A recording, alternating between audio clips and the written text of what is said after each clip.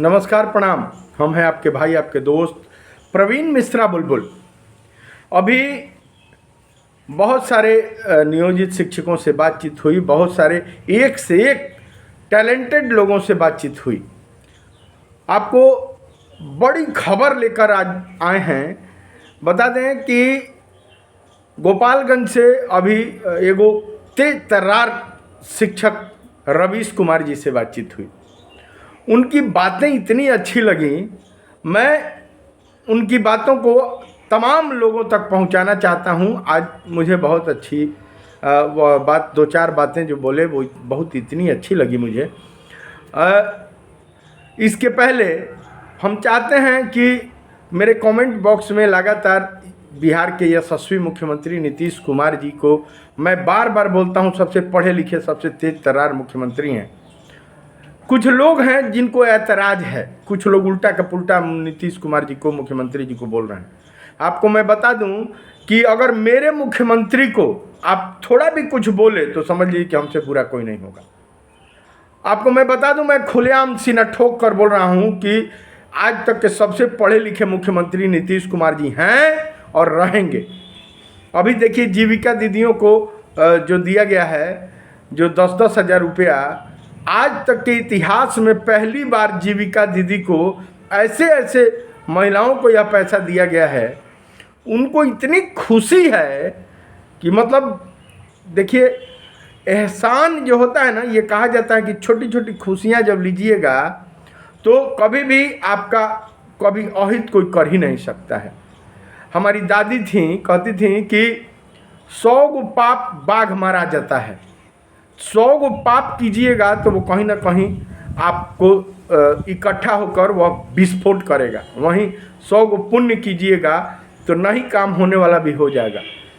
हमको तो लगता है कि फिर से यशस्वी मुख्यमंत्री नीतीश कुमार जी ही गद्दी पर बैठेंगे।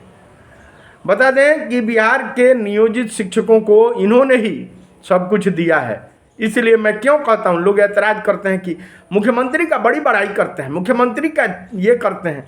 वो उस लायक हैं, आप भी उस लायक बनिए, आपका भी बड़ाई करेंगे। हम देखिए सीना ठोक के जो बात कहते हैं एकदम खुल के कहते हैं। फिर आपको एक बार बताएंगे कि दुर्गा मैया के अड़उल के फूल हैं, भोले बाबा के हाथन के त्रिशूल हैं। केहू के भले बुरा लगे चाहे भला लगे, लेकिन हम कहें हम प्रवीण मिश्रा बुलबुल हैं।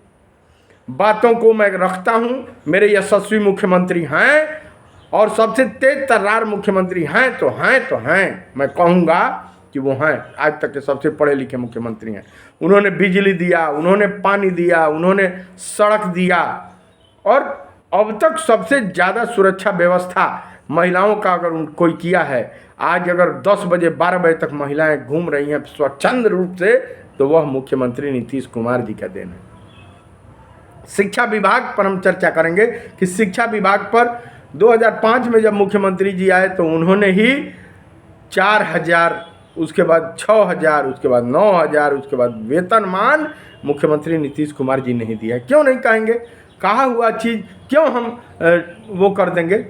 अभी हम एक जगह रहते हैं, हमारे मोहल्ला में कुछ यादव जी हैं लोग हैं, तो यादव जी लोग बाहर एक दिन लोटा लेके जा रहे थे, कोई डब्बा लेके शौच जा रहा था। हम पूछे कि क्यों आप लोग बाहर क्यों जा रहे हैं? तो लोग बोले कि हम लोग जाएंगे बाहर। हम कहे कहाँ है? आप लोगों को प्रधानमंत्री जी का योजना है, शौचालय योजना, उसका लाभ आपको नहीं मिला है? आप लोग शौचालय नहीं बनवाए हैं घर में? तो बोले कि बनवाए हैं, पैसा भी लिए हैं, लड़ के लिए हैं।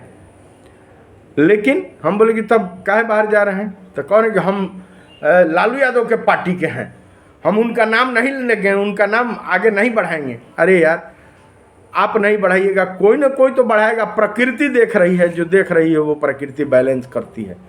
झूठ कितना देर तक चलेगा? कितना देर तक तमाम चैनल वाले लोग चला रहे थे कि 5 सितंबर को निरंतरता मिल जाएगा, 15 अगस्त को मिल जाएगा, 25 को मिल जाएगा। मिल गया। अभी रवीश भाई से बातचीत हो रही थी गोपालगंज। उनकी एक बात मुझे इतनी अच्छी लगी सेवा निरंतरता पर।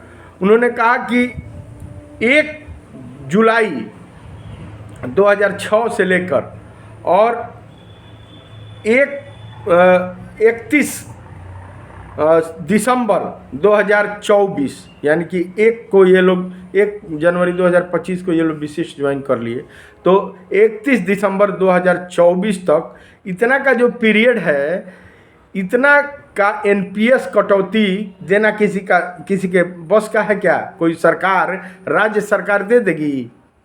के पाठक जी जैसा तेज तर्रार जो आईएएस अफसर हैं, उनका जो बनाया हुआ यह नियमावली है, विशिष्ट शिक्षक नियमावली, आपको क्या लगता है कि किसी उलझुल आदमी का बनाया गया नियमावली है? के पाठक जी एक ऐसे तेज तर्रार नियमावली के जानकार आईएएस अफसर थे, उनको कानूनविद भी कहा जा सकता है, और उनका बनाया हुआ विशिष्ट शिक्षक नियमावली, जो लोग निरंतरता की मांग कर रहे हैं, कह रहे हैं कि 15 अगस्त को निरंतरता मिल जाएगा, 5 सितंबर को सेवा निरंतरता मिल जाएगा, 25 सितंबर को निरंतरता मिल जाएगा। आप बताइए, मैं पहले भी कहा हूँ कि जो एक हस्बैंड के साथ 20 साल रहा, 22 साल रहा, और दूसरे हस्बैंड को मोटा माल देख के, मोटका जो लूड़ी है रुपया का, उसको देख के राज्यकर्मी नाम से शादी कर लिया, राज्यकर्मी बन गया, राज्यकर्मी हो गया, अपना जात बदल लिया, अपना कैडर बदल लिया, जो अभी तक निकाय में था और अब कैडर बदल के, जो बिरादरी बदल के, और जो जिला कैडर में चला गया, उसको पुराने निकाय का संपत्ति मिल जाएगा, पुराने हस्बैंड का रुपया, धन, रखा हुआ जेवर जेवरात, उनका पैतृक संपत्ति के हकदार वो हो जाएंगे? कैसे हो जाएंगे? एनपीएस का लाभ 1 जुलाई 2006 से लेकर और 31 दिसंबर 2024 तक देना संभव है। राजकोष पूरा खाली हो जाएगा, नहीं मिल पाएगा। फ्री में सरकार पागल है क्या कि बांट रही है? एनपीएस की कटौती, वो भी 1-2 रुपया नहीं, 4000 रुपया प्रति महीना जमा हो रहा है। सोचिए कि 2005 में 4000 रुपये में मिल रहा था तनख्वाह, 4000 रुपया एनपीएस में सरकार अपने पास से जमा कर दे। वाह भाई वाह। और भी जब यह नियमावली बना, हमको पता चला है कि यह नियमावली बना कि उस नियमावली में एक आदमी नहीं था कि केवल एक आदमी आए और बनवा लिए, नहीं। उसमें नियमावली में के पाठक जी थे, विशिष्ट शिक्षक नियमावली बना, तो उसमें वित्त विभाग का एक आदमी था, उसमें कल्याण विभाग का एक आदमी था, उसमें वित्त सहमति विभाग के लोग थे, उसमें पंचायती राज व्यवस्था के पदाधिकारी थे। सब लोग मिल के और तब उस पर ठप्पा लगा, मुहर लगा, सारे लोगों की सहमति हुई, तब वो कमेटी गठित करके और तब विशिष्ट शिक्षक नियमावली बनी। उसमें आप कोर्ट कचहरी भी जाने लायक आपको नहीं छोड़े हैं के पाठक जी। उसमें आप ना संघ बना सकते हैं, ना विरोध सरकार के खिलाफ कर सकते हैं, ना बोल सकते हैं सरकार के खिलाफ, ना कोर्ट जा सकते हैं सरकार के खिलाफ। जैसे ही आप कोर्ट जाइएगा, पहले डेट में आपको खारिज कर दिया जाएगा। नियोजित थोड़े हैं आप, नियोजित जो शिक्षक बने, जो नियोजित लोगों का जो नियमावली बना, उसमें केदारनाथ पांडे जो अभी आनंद पुष्कर जी हैं, उनके पिताजी का जो एमएलसी थे, उनका बड़ा योगदान है, अहम योगदान है। विशिष्ट शिक्षक नियमावली में जो सेवा जो नियमावली बना, वो एक अहम रोल निभाता है नियोजित शिक्षकों के लिए।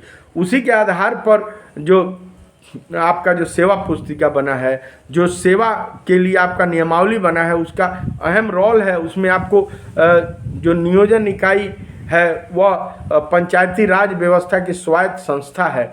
हम आपको फिर से एक बार दोहराना चाहेंगे कि एक बार जब संविधान लिखा गया, जब संविधान का निर्माण हुआ, तो गांधी जी को BR अम्बेडकर ले जाकर और संविधान सौंप दिए कि यह संविधान लिख दिया गया, पूर्ण हो गया। तो संविधान में क्या किया गया? कुछ रसिया से, कुछ अमेरिका से, कुछ इटली से ये ले लिया गया और लेके एक ठो अनुच्छेद जोड़ के वो संविधान बना दिया गया। महात्मा गांधी जी राजेंद्र बाबू को बुलाए, राजेंद्र बाबू को कहा कि राजेंद्र बाबू थोड़ा सा इस संविधान को अच्छे से पढ़िए और पढ़ के इसमें देखिए तो भारत की 80% जनता रहती है गाँव में, तो गाँव के लिए इस संविधान में क्या लिखा गया है। राजेंद्र बाबू गए, पूरा संविधान को पढ़े और पढ़ कर 2 दिन बाद लौटे तो बोले कि इतना जल्दी पूरा पढ़ लिए? हाँ पढ़ लिया। तो राजेंद्र बाबू से महात्मा गांधी जी ने पूछा कि इसमें गांव के लिए क्या लिखा हुआ है राजेंद्र बाबू?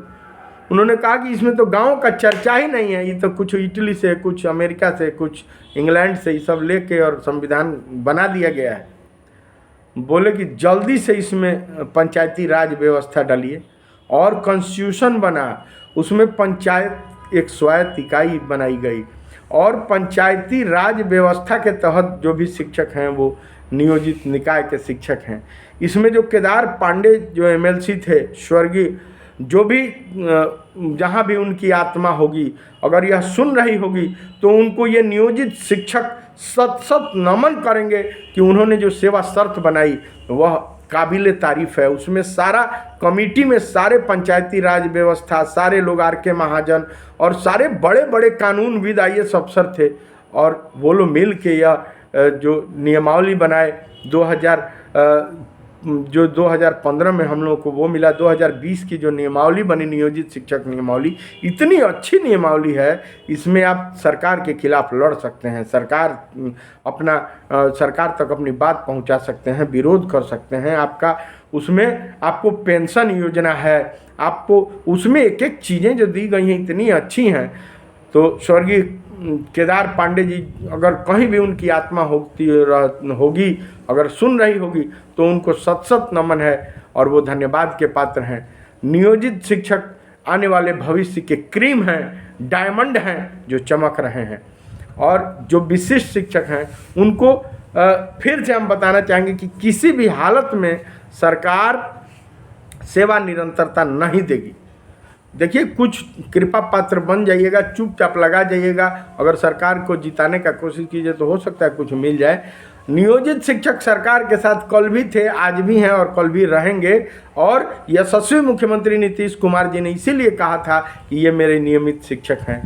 यह निरंतरता मिलने नहीं जा रहा है, कहा कि अगर नियम भी नहीं बताता है। देखिए, नियम भी है कि सेवा निरंतरता NPS का जो NPS कटता है, सेवा निरंतरता अगर देना पड़ेगा तो NPS इनको 2006 से देना पड़ेगा। जितने विशिष्ट शिक्षक बने हैं वो सब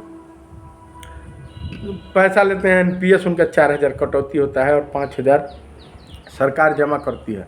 निरंतरता मिलेगी तो 10,000 रुपया, 9,000 रुपया जो कटौतियाँ हो रहा है और 5,000 सरकार जमा कर रही है, 9,000 कुल होता है। वह कहाँ से 6, 7, 8, 9, 10, 11, 12, 13, 14, 15, 16, 17, 18, 19, 20, 21, 22, 23, 24, कहाँ से इतना साल का जमा करेगी सरकार हर महीने?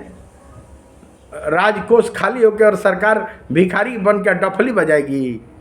गजब हाल है, यह असंभव बात है, नियमावली में भी नहीं है और यह नियम संगत भी नहीं है। यह बातें भले ही सुनने में अच्छी नहीं लगेंगी, तमाम चैनल वाले लोग तो चला ही देंगे अपना व्यू बटोरने के लिए। हमको व्यू नहीं चाहिए, हम जो सत्य होगा वही कहेंगे।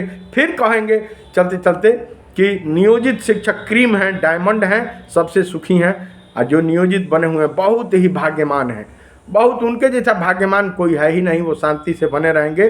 तो आपको कुछ ही देर बाद EPF पर भी एक बड़ी खबर लेकर आएंगे कि EPF का अभी जो EPS 95 आया है, जो निर्मला सीतारमण जी हैं, उन्होंने एक बड़ा घोषणा किया है। तो आपको बहुत जल्द 1 घंटे के बाद एक वीडियो डाल रहे हैं, वो ज़रूर देखिएगा। चलिए, बने रहिए, शेयर कीजिए, सब्सक्राइब कीजिए इस चैनल को। बहुत बहुत धन्यवाद।